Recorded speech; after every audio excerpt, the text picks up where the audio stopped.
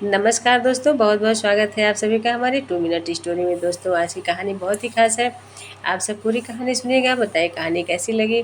और आप प्लीज़ मेरे चैनल को सब्सक्राइब कीजिएगा, मेरे वीडियोस को शेयर कीजिएगा।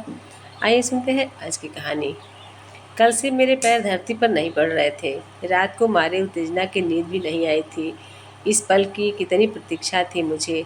जब रात खाने के बाद रोशन मेरे कमरे में आया तो मुझे लगा शायद उसको कुछ चाहिए। मेरे पूछने पर उसने अपनी दोनों बाहें मेरे गले में डाल दी। नहीं माँ, मुझे कुछ बताना था आपको। शर्म से गुलाबी हो गए उसके गोरे मुखड़े को देखकर मेरे चेहरे पर प्यार भरी मुस्कान तैर गई। तो तुझे मेरी बहू मिली गई क्या? अगर आप उसे स्वीकार करोगी तो तुम जानते हो तुम्हारी खुशी से बढ़कर मेरे लिए कुछ भी नहीं है। और कुछ भी नहीं। कौन है वह जिसने मेरे बेटे के दिल की घंटी बजाई है? बेटे के गाल पर प्यार की चपत लगाते हुए मैंने पूछा।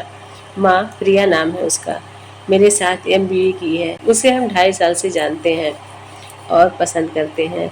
उसको भी अपने शहर में अच्छी नौकरी मिल गई है। कब मिलवाओगे? मेरा सीधा प्रश्न था। माँ, कल सुबह नाश्ते पर बुला लेता हूँ। बुला लूँ क्या, अगर आपकी इजाज़त हो तो? बुला नहीं लेता हूँ, जाकर ले आना उसे। अब सो जाओ। पूरी रात मैं करवटें बदलती रही। सुबह 4 बजे ही मैंने बिस्तर छोड़ दिया और रसोई में घुस गई। मन करता यह भी बना लूँ, अभी बना लूँ और ढेर सारी चीज़ें बना लूँ। सुबह 7 बजे तक मेरी रसोई तरह तरह के पकवानों से महकने लगी। माँ, क्या क्या बना लिया आपने?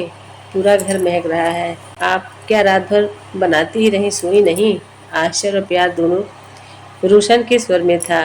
यह बात सुनते ही माँ ने अपनी बेटी को गले से लगा लिया और कहा, बेटा, जब नए मेहमान के आने की बात आती है तो और बात होती है, लेकिन आज तो वो मेहमान आ रहा है कि जो हमारे साथ जीवन भर रहेगा। उसके लिए क्यों ना अच्छे से स्वागत किया जाए, ताकि उसको भी लगे कि मैं कहीं और नहीं, अपने घर आ रही हूँ। अपने बेटे को गले लगाते हुए कहा, बेटा जा, जल्दी लेके आना।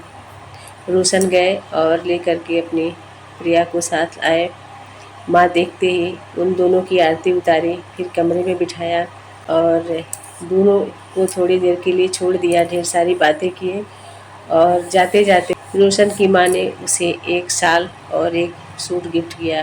बेटा, पहली बार कोई भी जब आता है तो उसे विदाई दी जाती है।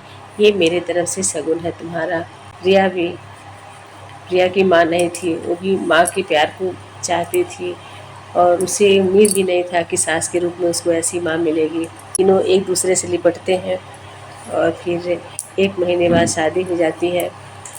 उसके प्रिया का घर बस जाता है और प्रिया रोशन दोनों मिलकर अपनी माँ का बहुत ख्याल रखते हैं, क्योंकि रोशन के पिताजी नहीं होते हैं। घर में 3 ही परिवार होता है और तीनों एक दूसरे का बहुत ही ख्याल रखते हैं दोस्तों। और जब मन मुताबिक परिवार मिल जाए लड़की को, और सास ससुर को अच्छी बहू मिल जाए, पति को अच्छी पत्नी मिल जाए, और जीवन में क्या चाहिए। इन्हीं शब्दों के साथ विदा लेती हूँ। अगर आप लोग कहानी अच्छी लगे तो राम राम जरूर लिखिएगा। नमस्कार, धन्यवाद।